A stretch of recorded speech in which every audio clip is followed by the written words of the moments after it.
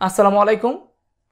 চতুর্থ শ্রেণীর প্রিয় শিক্ষার্থী বন্ধুরা, আজকে আমরা তোমাদের চতুর্থ শ্রেণী গণিত বইয়ের অষ্টম অধ্যায় সাধারণ ভগ্নাংশ পৃষ্ঠা নম্বর 102 এর 6 নং এবং 7 নং আজকের ক্লাসে আমরা সমাধান করব। তাহলে প্রিয় শিক্ষার্থী বন্ধুরা, এগুলি আমরা অন্য একটা পেজে সমাধান করছি। চতুর্থ শ্রেণীর প্রিয় শিক্ষার্থী বন্ধুরা, আমরা 6 এবং 7 প্রত্যেকটি অঙ্ক সমাধান করে নিয়েছি। কীভাবে সমাধান করা হয়েছে এখন তোমাদেরকে ভালোভাবে বুঝিয়ে দেওয়া হবে। দেখো, 6 নঙ্গে বলা হয়েছে সবুজের বাড়ি বিদ্যালয় থেকে 8/3 কিলোমিটার পশ্চিমে অবস্থিত। মিতুর বাড়ি বিদ্যালয় থেকে 12/5 কিলোমিটার পূর্বে অবস্থিত। অর্থাৎ বিদ্যালয় হচ্ছে এটা, আর সবুজের বাড়ি হচ্ছে এই পশ্চিমে কত কিলোমিটার, 8/3 কিলোমিটার অবস্থিত বিদ্যালয় থেকে। আর আবার মিতুর বাড়ি বিদ্যালয় থেকে পূর্ব দিকে এই 12/5 কিলোমিটার দূরে অবস্থিত। এখন আমাদের দুইটা প্রশ্ন করা হয়েছে। সবুজের বাড়ি থেকে মিতুর বাড়ির দূরত্ব কত কিলোমিটার, অর্থাৎ সবুজের বাড়ি থেকে মিতুর বাড়ির দূরত্ব। এখানে কিন্তু এই দূরত্বগুলো প্রত্যেকটা স্কুল থেকে সবুজের বাড়ির দূরত্ব এবং স্কুল থেকে মিতুর বাড়ির দূরত্ব, ঠিক আছে।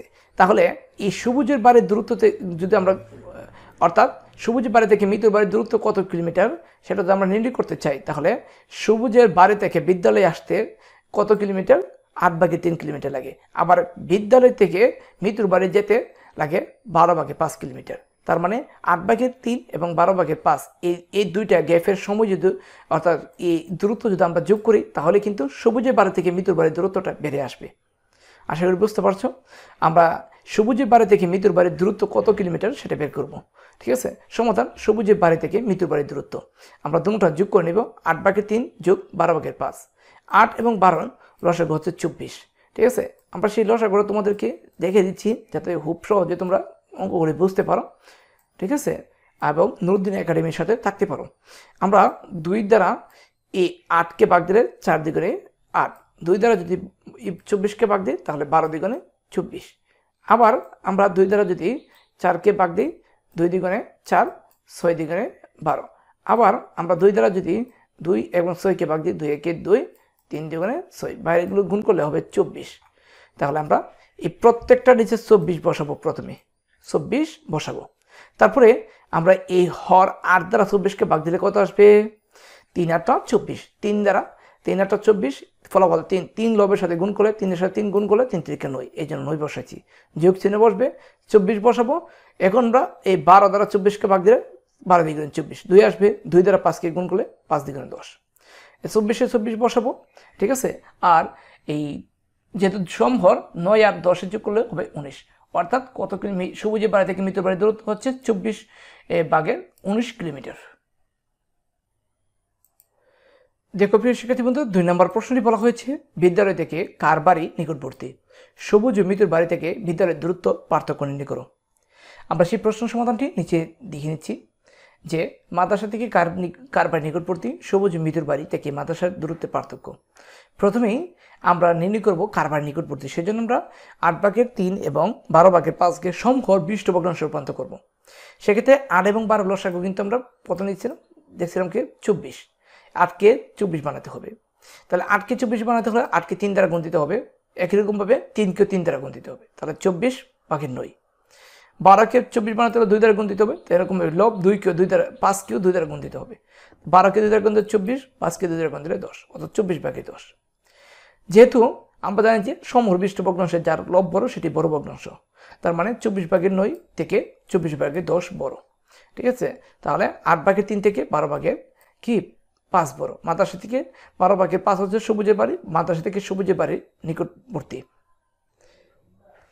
তার মানে প্রিয় শিক্ষার্থী বন্ধুরা, 8/3 হচ্ছে সবুজের এবং 12/5 হচ্ছে মিতুর। তাহলে 8/3 কম 12/5 অপেক্ষা, তাহলে মাদ্রাসা থেকে সবুজের বাড়ি কি নিকটবর্তী। এবং সবুজ ও মিতুর বাড়ি থেকে মাদ্রাসার দূরত্বের পার্থক্যটা আমরা এই 12/5 থেকে 8/3 বিয়োগ করব। 12 এবং 8-এর লসাগু হচ্ছে 24, দুটোটা 24 বসাবো। আর আমরা কি করব, 24 বসাবো। 12কে যে 2 দ্বারা গুণ দিলে 24 হয়, তাহলে 5কে 2 দ্বারা গুণ দিলে 10 হবে। 8কে 3 দ্বারা গুণ দিলে 24 হয়, আর 8কে 3কে 3 দ্বারা গুণ দিলে 9 হয়, ঠিক আছে। 24 বসাবো, আর 10 থেকে 1 বিয়োগ করলে, 10 থেকে 9 বিয়োগ করলে 1 থাকে, অর্থাৎ 24/9 কিলোমিটার। সবুজের বাড়ি ও এবং সবুজের বাড়ি হচ্ছে নিকটবর্তী, পার্থক্য হচ্ছে 24/1 কিলোমিটার। আরেকটি সহজ অঙ্ক যে একজন কৃষক তার সবজি খেতে 2/1 অংশ বেগুন 4/1 অংশে বাঁধাকপি এবং 5/1 ফুল চাষ করেন। এখানে বলা হচ্ছে কৃষক তার ক্ষেতে মোট কত অংশ চাষ করেন। আমরা সবগুলো যোগ করে নিব, 2/1, 4/1, 5/1 যোগ করে নিব।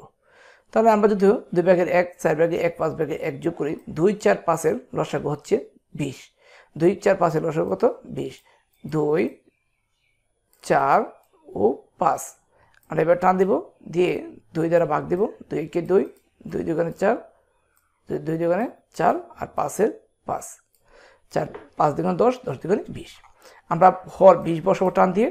তারপরে এই 2 দ্বারা প্রথম ভগ্নাংশ হর দ্বারা আমরা এই পদ নতুন 20-কে ভাগ দিব। 10 দ্বিগুণে 20, ফলাফল 10-এর 10 1-এর সাথে গুণ করলে 10-1 10। যোগ চিহ্ন বসাবো, 4 দিয়ে 20-কে ভাগ দিলে 4 5 20, 5 দিয়ে 1-এর গুণ করলে 5 1 5। যোগ চিহ্ন বসাবো, 5 দিয়ে 20-এর ভাগ দিলে 4 5 20, 4 দিয়ে 1-এর গুণ করলে 4 1 4। অর্থাৎ আমরা 10 আর 5 যোগ করলে 15, 15 4 যোগ করলে 19, অর্থাৎ 20/19 অংশ তিনি চাষ করেছেন। তারপর বলা হয়েছে কৃষক সবজি ক্ষেতে কত অংশ খালি রাখছেন। প্রিয় শিক্ষার্থী বন্ধুরা, কৃষকের সবজি ক্ষেতে খালি রয়েছে, আমরা সম্পূর্ণটাকে 1 ধরবো। সম্পূর্ণ ক্ষেতকে 1 ধরে যত অংশ চাষ করছেন তত অংশ বিয়োগ করব। অর্থাৎ 20/19 অংশ তিনি চাষ করছেন। এই সম্পূর্ণ অংশ যেহেতু 1 ধরেছি, 1 থেকে আমরা 20/19 অংশ বিয়োগ করব। এখন আমরা কি করব, এই 1-এর নিচে কি আছে? 20 আছে, 1 আছে। 1 আর 20-এর লসাগু কিন্তু 20। 1 দিয়ে 20-এর ভাগ দিলে 20 আসে, 20 দিয়ে 1-এর গুণ করলে 20 1 20। বিয়োগ চিহ্ন পড়ছে, 20 দিয়ে 20-এর ভাগ দিলে 1 আসে, 1 দিয়ে 19-এর গুণ করলে 19 আসে। অর্থাৎ 20 থেকে 19 বিয়োগ করলে থাকে 1, অর্থাৎ 20/1 অংশ সবজি ক্ষেতে খালি রয়েছে। 20/1 অংশ। আজকে প্রয়োজন থাকলো। আসসালামু আলাইকুম।